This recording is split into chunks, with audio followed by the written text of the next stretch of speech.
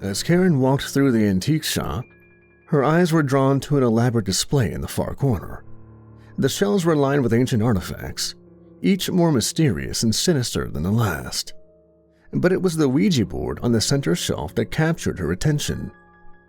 Unlike any she had seen before, this board was crafted from a pale, bone-like material. Intricate carvings of arcane symbols adorned its surface, and the planchette seemed to glint menacingly under the flickering light of an overhead chandelier. As Karen reached out to touch it, a chill ran down her spine. "Careful with that," came a voice from behind her. She turned to see the shop salesman, a gaunt man with sharp features and piercing eyes, watching her intently. "That ain't a toy." "I'm not afraid," Karen replied, her curiosity piqued. "What's so special about this one?" The salesman stepped closer.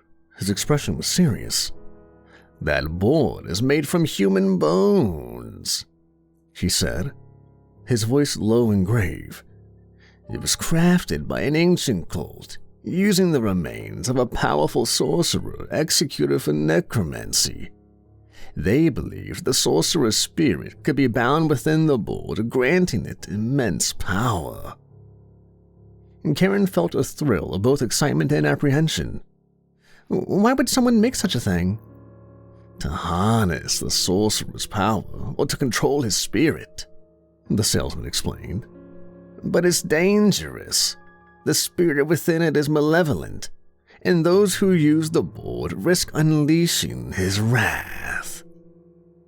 Despite the ominous warning, Karen couldn't resist the allure of the board. She had always been fascinated by the occult, and this seemed like the ultimate find. She picked it up, feeling the cold, smooth surface under her fingers. "I'll take it," she said, ignoring the nagging doubt in the back of her mind. The salesman sighed, a mixture of resignation and concern in his eyes. "Be careful. Follow the instructions precisely, and never, ever use it alone." Karen nodded, though her thoughts were already racing ahead to the possibilities. As she paid for the board and left the shop, the salesman's final words echoed in her ears. "Some things are better left undisturbed." That night, as she set the Ouija board on her dining table, all she could think about was why someone would bother to create one using human bones. She would later regret not learning why. The evening air was thick with anticipation as Karen and her best friend Lily settled into the cozy confines of Karen's living room. The lights were dimmed, casting long shadows across the room, and a circle of candles flickered softly, adding to the eerie ambiance. The Ouija board lay in the center of the coffee table, its bone-white surface gleaming in the candlelight. "I can't believe you actually bought that thing," Lily said, eyeing the board warily. "You know these things are just for fun, right? They don't actually work." Karen smirked, a mix of excitement and defiance in her eyes. "We'll see about that. And besides, it's not just any old Ouija board. The guy at the shop said it was made from human bones and has some powerful spirit trapped inside." Lily rolled her eyes but couldn't hide her curiosity. "All right, let's get this over with. What do we do?" Karen consulted the old, yellowed instruction booklet that came with the board. "First, we place our fingers lightly on the planchette. Then we ask a question and let the spirit guide our hands."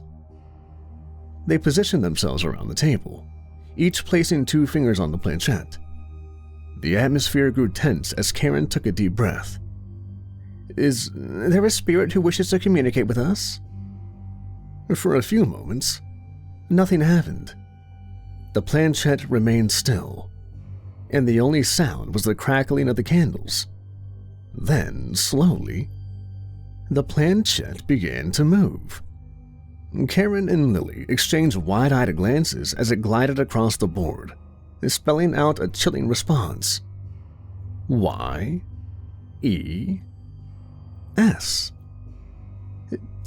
Did you move that?" Lily whispered, her voice trembling. "No, I swear," Karen replied, her heart pounding in her chest. "Let's ask it another question. What is your name?" The planchette began to move again, faster this time, as if eager to communicate. It spelled out M-A-L-A-C-H-I.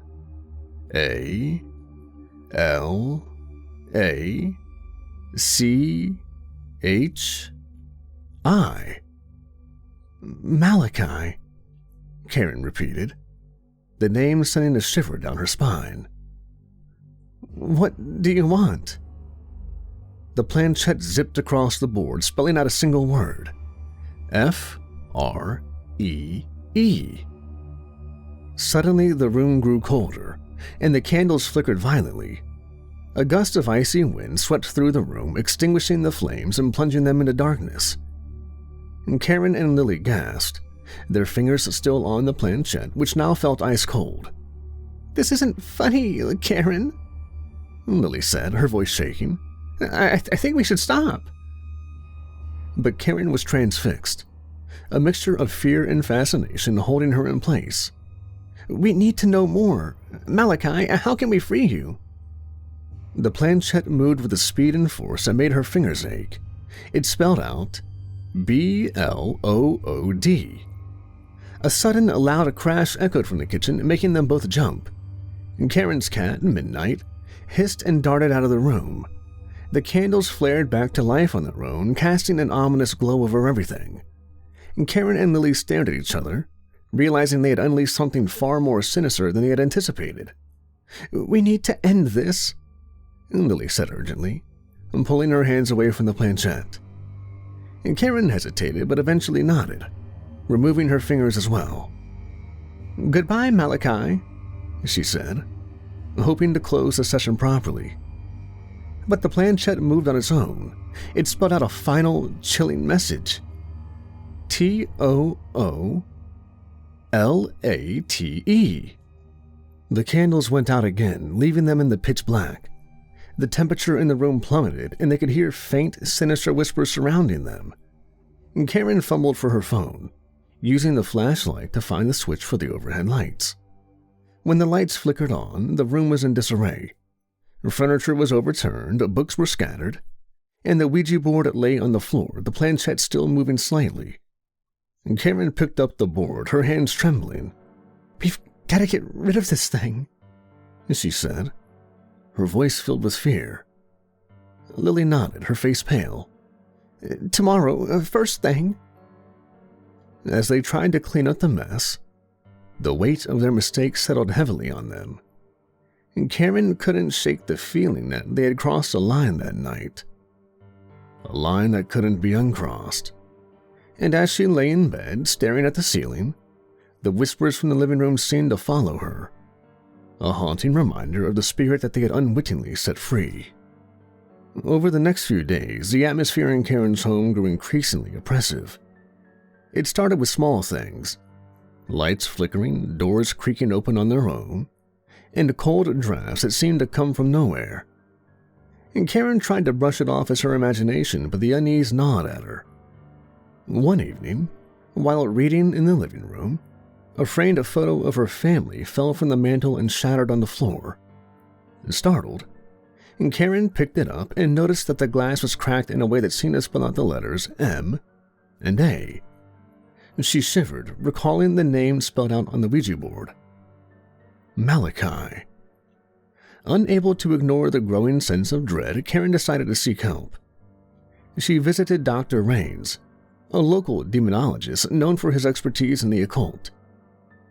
His office was filled with ancient books and strange artifacts, and had an air of both mystery and authority.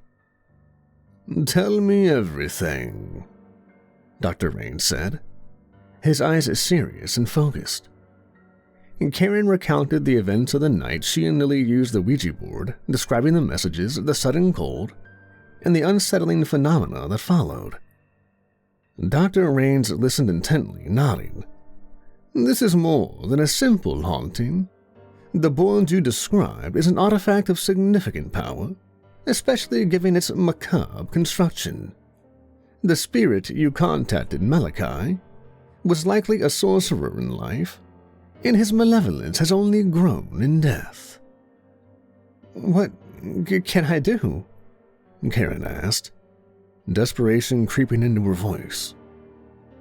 The spirit seeks freedom, Dr. Rains explained, and it appears willing to use you as a conduit. We need to perform a binding ritual to contain it, but be warned, this will be dangerous. That night, Karen returned home with a list of items needed for the ritual: candles, salt, protective sigils, and a vial of holy water. She called Lily, who reluctantly agreed to help. As they prepared for the ritual, the paranormal activity escalated. Objects flew off the shelves, eerie whispers filled the air, and the shadows seemed to move on their own. The tension was palpable, and both women were on the edge. We need to hurry, Karen said, lighting the candles and placing them in a circle around the board. They sat on the floor, salt forming a protective barrier around them. Dr. Rains had instructed them on the steps of the ritual, emphasizing the importance of focus and intent. Karen began to chant the incantation Dr. Rains had provided. The air grew colder, and the candles flickered violently. The room seemed to vibrate with the dark energy. Lily's eyes darted around, wide with fear. Stay focused, Karen urged, though she herself was trembling. The planchette on the Ouija board began to move on its own, spelling out frantic messages. RELEASEMEFREEME. The board seemed to pulse with a life of its own, a palpable malevolence emanating from it. And suddenly, the room plunged into darkness as the candles were snuffed out by an unseen force. The only light came from the faint glow of the planchette, which now hovered above the board, spinning wildly. Karen's voice wavered, but she continued the incantation, her words growing stronger with each syllable. The air around them crackled with energy, and a low, guttural growl echoed through the room. A shadowy figure began to form above the Ouija board, its eyes glowing with an unearthly light. Malachi's spirit had manifested, and it was furious. The temperature dropped to an unbearable cold, their breath visible in the icy air. Karen, I'm scared, Lily whispered, clutching Karen's arm. Keep going, we're almost there, Karen responded. The spirit lunged at them, its form shifting and writhing. Karen threw the holy water at it, and the entity recoiled with a hiss, smoke rising where the water made contact, but it wasn't enough to dispel it. Desperate, Karen picked up the Ouija board and held it aloft. By the power of this board, I command you, Malachi, to be bound. The board vibrated violently, and a blinding light erupted from it. Malachi's spirit screamed, a sound that reverberated through their very bones. The light grew brighter, enveloping the spirit and pulling it back into the board. The room fell silent. The oppressive cold lifted, replaced by a heavy stillness. Karen and Lily sat in the aftermath, breathing heavily, their hands still shaken. Did it work? Lily asked, her voice barely above a whisper. Karen looked at the Ouija board, now inert and lifeless. I think so, she said, but a part of her still felt the lingering presence of Malachi, a dark shadow that had imprinted itself on her very soul. They cleaned up the ritual remnants and secured the Ouija board in a locked chest, determined to keep it sealed away. But the events of that night had left a mark on both women, a sense of foreboding that refused to fade. Karen knew they had only just begun to understand the true depth of the darkness that they had unleashed, and the thought haunted her as she lay in bed that night, the whispers of Malachi still echoing in her mind.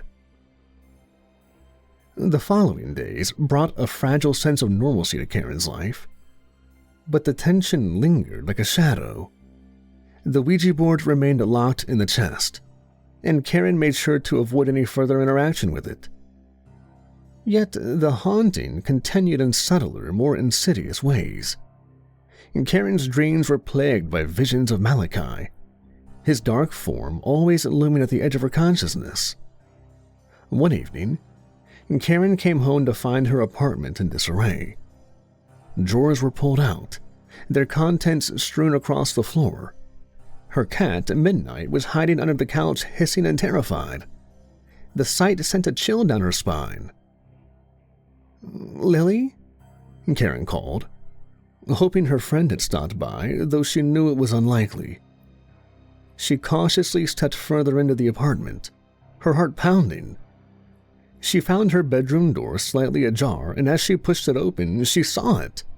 The chest that held the Ouija board was wide open, its contents empty. No, this can't be happening," Karen whispered, a wave of dread washing over her. In the center of her bed lay the Ouija board, the planchette placed neatly on top. It was as if Malachi was mocking her, taunting her for thinking she could contain him. Panic gripped her, and she immediately called Dr. Raines. "I told you to keep it secure," Dr. Raines said, his voice a mix of frustration and concern. "This is bad, Karen, very bad." I locked it away. What do I do now?" "Come to my office and bring the board. We need to take more drastic measures." Karen carefully wrapped the Ouija board in a cloth and placed it in a sturdy box, trying to ignore the unsettling feeling that was pulsating with the dark energy. She drove to Dr. Raines' office, her mind racing with fear and anxiety. Dr. Raines met her at the door, his expression grave. He led her to a back room filled with arcane symbols and protective charms. "We'll perform a more powerful binding ritual here, but you must understand, Karen, the spirit of Malachi is cunning and strong. This will be dangerous." Karen nodded, her resolve hardening. "I'll do whatever it takes. I can't live like this anymore." They began the preparations, setting up a circle of protective runes and lighting candles infused with sacred herbs. Dr. Raines handed Karen a small vial of her own blood collected from a previous visit. "This is your blood. It's part of the ritual. Malachi seeks freedom through blood, but will use yours to bind him instead." And Karen shivered at the thought, but understood the necessity. They placed the Ouija board in the center of the circle and began the incantation. The air grew thick with tension, and the room seemed to darken despite the candlelight. As they chanted, the planchette started to move, spelling out frantic messages: HELP, ME, KILLTHE. Malachi's spirit grew more aggressive, the room vibrating with his fury. A cold wind swept through the room, extinguishing several candles. The shadows on the wall seemed to come to life, twisting and writhing. And Karen could feel Malachi's presence, his rage palpable. "Stay strong, Karen. We're almost there," Dr. Raines shouted over the howling wind. And Karen poured the vial of her own blood onto the Ouija board, the liquid seeping into the bone-white surface. The board seemed to absorb it, glowing with an eerie red light. Malachi's form began to manifest, a shadowy figure with glowing eyes hovering above the board. "I command you, Malachi, by the power of this blood and these sacred rites, to be bound forever," Dr. Raines intoned, his voice echoing with authority. Malachi screamed, a sound that resonated so deep within Karen's soul. The figure writhed and contorted, fighting against the binding spell. The glow intensified, and Karen felt a searing pain in her chest as if part of her was being ripped away. With a final agonizing shriek, Malachi's form was pulled back into the Ouija board. The red glow faded, and the room fell silent. The oppressive cold lifted, replaced by an almost eerie calm. Karen collapsed to the floor, exhausted and trembling. Dr. Raines quickly secured the Ouija board in a lead-lined box, inscribing it with protective runes. "It's done," he said, helping Karen to her feet. "Malachi is bound, but you must remain vigilant. His influence won't disappear overnight." Karen nodded, her body aching and her spirit weary. She knew this was only a temporary respite, but for now she could breathe a little easier. As she left Dr. Rain's office, the weight of her ordeal pressed heavily on her, a constant reminder of the darkness she had encountered and the lingering presence of Malachi still lurking in the shadows of her mind. Weeks passed, and while the intense paranormal activity had subsided, Karen couldn't shake the feeling of being watched. Her dreams remained haunted by Malachi, and strange occurrences continued to plague her daily life. Objects would occasionally move on their own, and she often awoke to find cryptic messages scrawled in condensation on her bathroom mirror. FREEMELETMEOUT.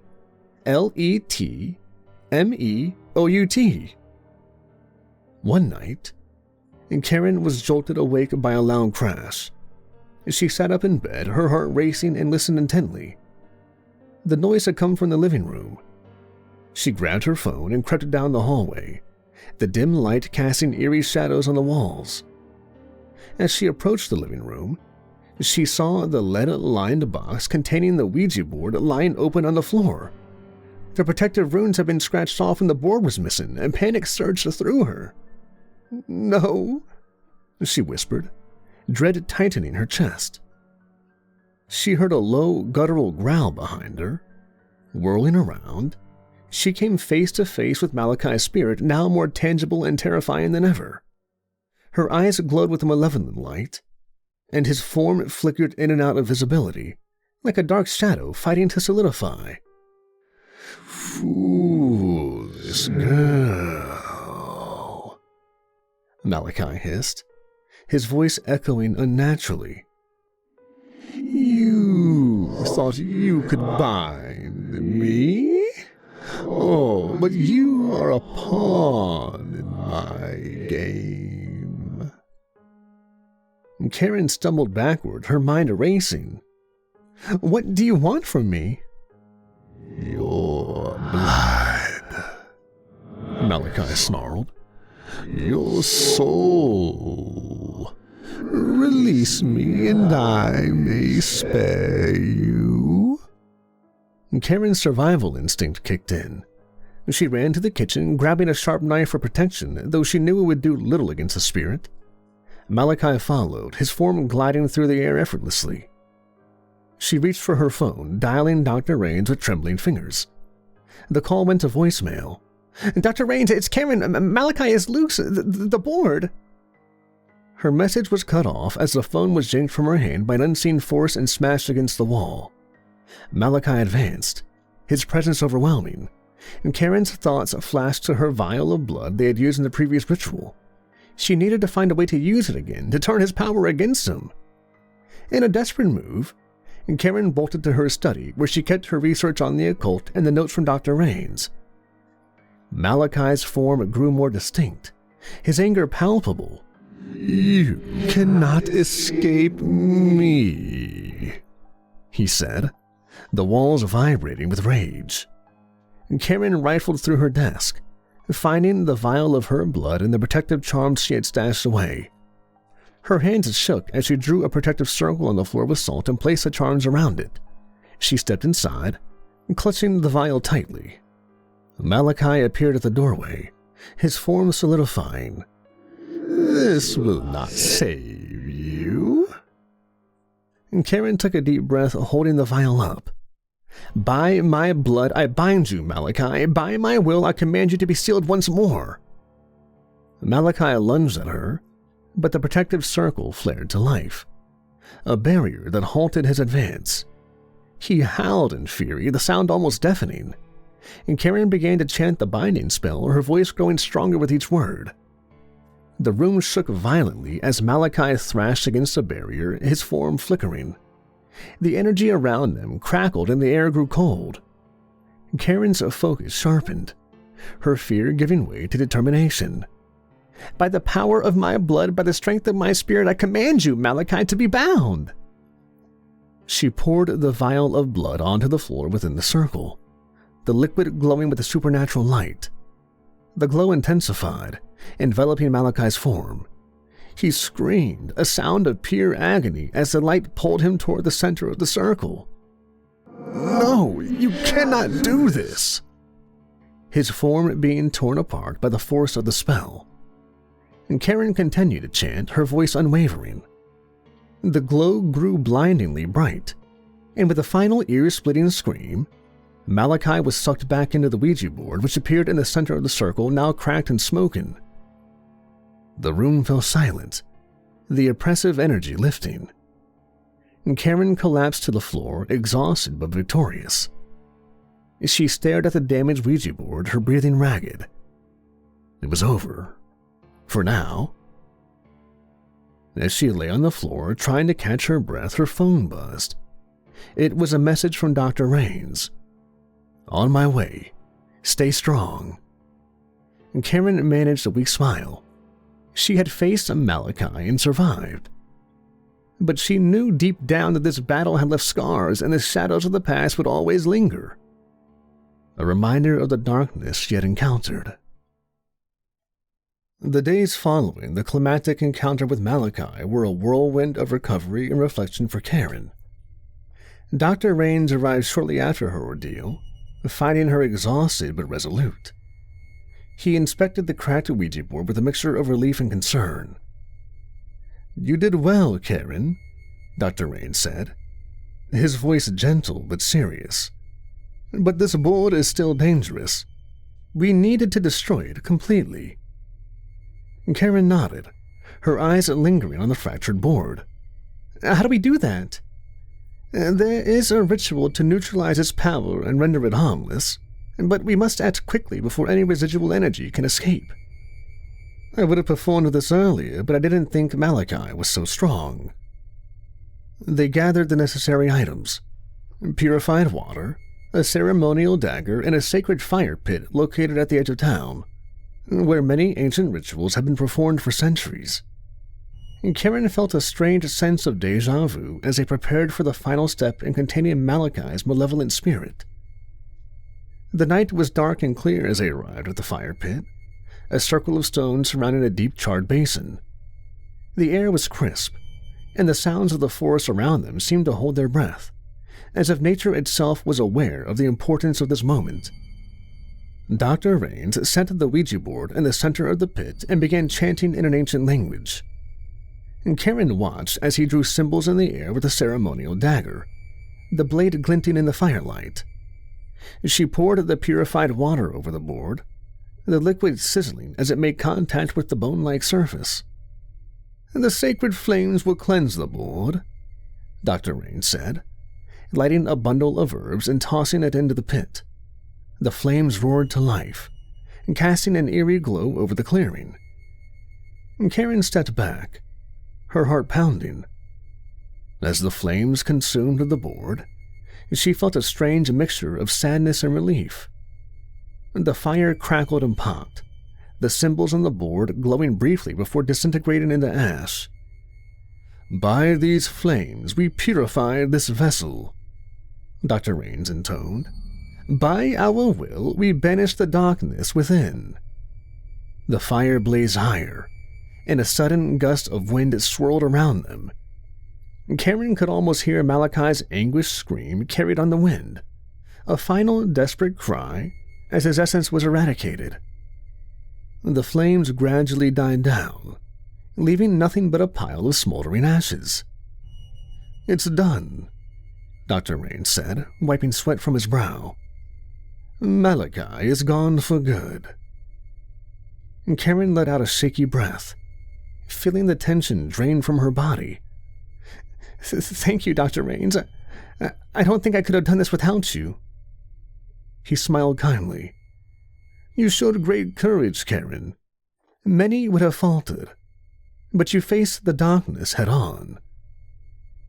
As they made their way back to the car, Karen felt lighter than she had in weeks. The oppressive weight of Malachi's presence was gone, replaced by a sense of calm and clarity. She knew she still had a long road to recovery, but the worst was behind her. Over the next few weeks, Karen worked to rebuild her life. She cleaned and reorganized her apartment, reclaiming her space from the remnants of the haunting. She also took up meditation and began seeing a therapist to help process the trauma she had endured. Lily often visited, offering support and companionship. The bond between them had grown stronger through their shared ordeal.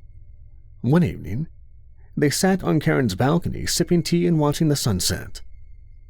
"I'm proud of you, Karen," Lily said, breaking the comfortable silence.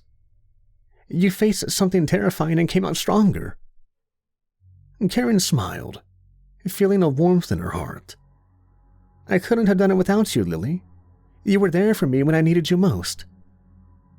As the sun dipped below the horizon and painting the sky with hues of orange and pink, Karen felt a sense of peace she hadn't known in a long time.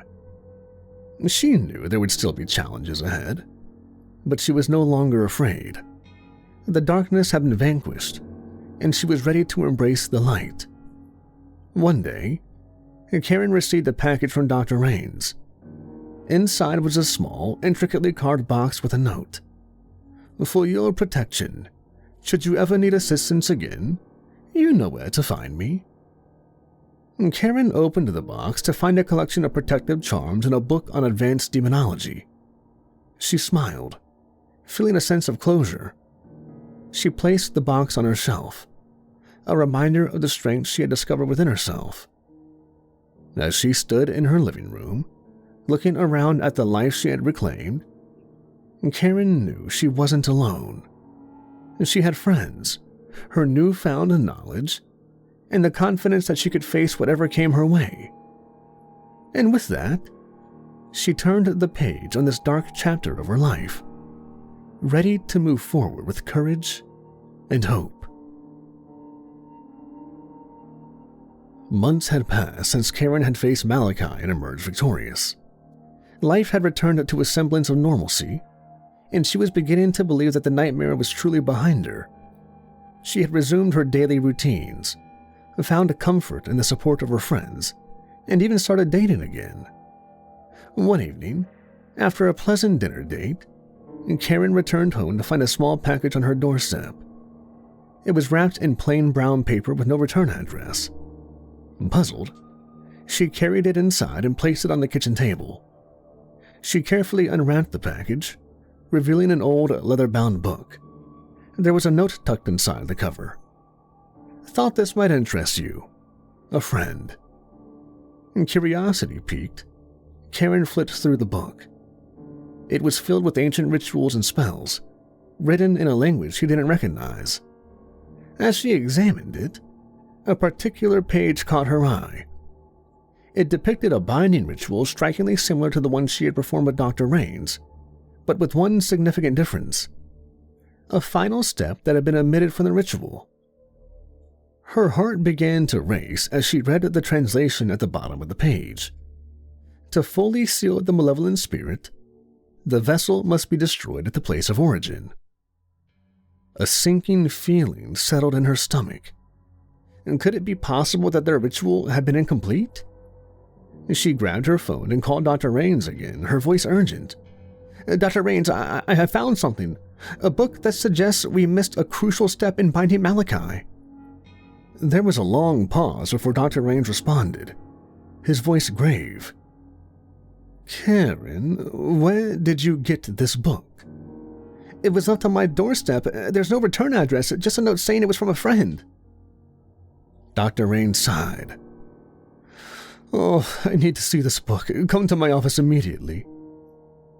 Karen quickly gathered the book and drove to Dr. Rains' office. He examined it with a furrowed brow, nodding slowly as he read the passage. "It seems our initial ritual was indeed incomplete. The true binding must be completed at the site where the board was first created." "Where is that?" Dr. Rains hesitated before replying. "The board was crafted in an old abandoned church on the outskirts of town. It's a place of dark history where many such artifacts were created." Determined to put an end to Malachi's influence once and for all, Karen and Dr. Rains prepared for the final ritual. They gathered the necessary items, including the protective charms from the package and the remnants of the Ouija board, now carefully collected from the fire pit. As they drove to the abandoned church, the sky grew darker, the air thick with an ominous energy. The church stood like a sentinel of forgotten horrors, its dilapidated structure casting eerie shadows in the moonlight. Inside, the air was stale and cold. Broken pews and shattered stained glass windows littered the floor.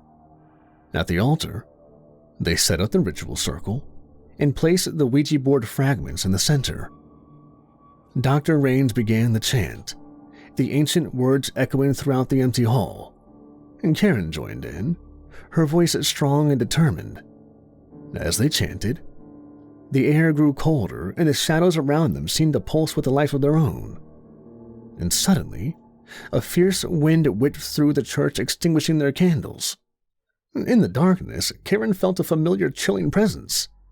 Malachi's spirit manifested, more furious and powerful than before. "Oh, you think you can defeat me?" Malachi roared, his form towering above them. "You are nothing but pawns in a game you cannot comprehend." Karen's resolve hardened. She held up the protective charms, their faint glow cutting through the darkness. "We'll finish this, Malachi. Your reign of terror ends tonight." Dr. Raines continued the chant, his voice unwavering. The charms in Karen's hands began to pulse with energy, their light growing brighter. Malachi screamed, a sound of pure rage and agony as the light enveloped him. The ground beneath them shook violently, and the fragments of the Ouija board glowed with an intense heat. The church seemed to come alive with the dark energy, the walls vibrating with Malachi's fury. "By the power of this sacred place, by the light of our will, we command you, Malachi, to be bound forever!" Karen shouted, pouring every ounce of her strength into the words. A blinding flash of light erupted from the circle, and Malachi's form was sucked into the board fragments. The ground shook one last time before falling silent. The oppressive cold lifted, replaced by an eerie calm. "It's done," Dr. Raines said, his voice filled with relief. As they gathered the remnants of the ritual, Karen noticed something odd. One of their protective charms had a small inscription on it she hadn't seen before. She held it up to the light, her eyes widening as she read the words, "Property of Malachi." Her blood ran cold. She looked at Dr. Raines, who was staring at the charm with a mixture of horror and realization. "Karen," he said slowly, "we've been tricked. This was his charm all along." Before they could react, the ground beneath them split open and a dark, malevolent energy surged forth. Malachi's laughter echoed through the church as his spirit, now freed and more powerful than ever, rose from the depths.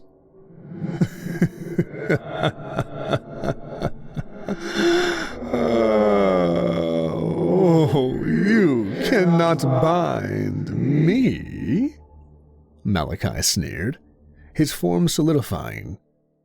"You have only made me stronger." Karen and Dr. Raines backed away, their hearts pounding with fear. The final twist of Malachi's game had been revealed, and they were trapped in the very place where his power was his strongest. As the darkness closed in, Karen realized the true extent of Malachi's cunning. The battle was far from over, and the real fight for her soul was just beginning.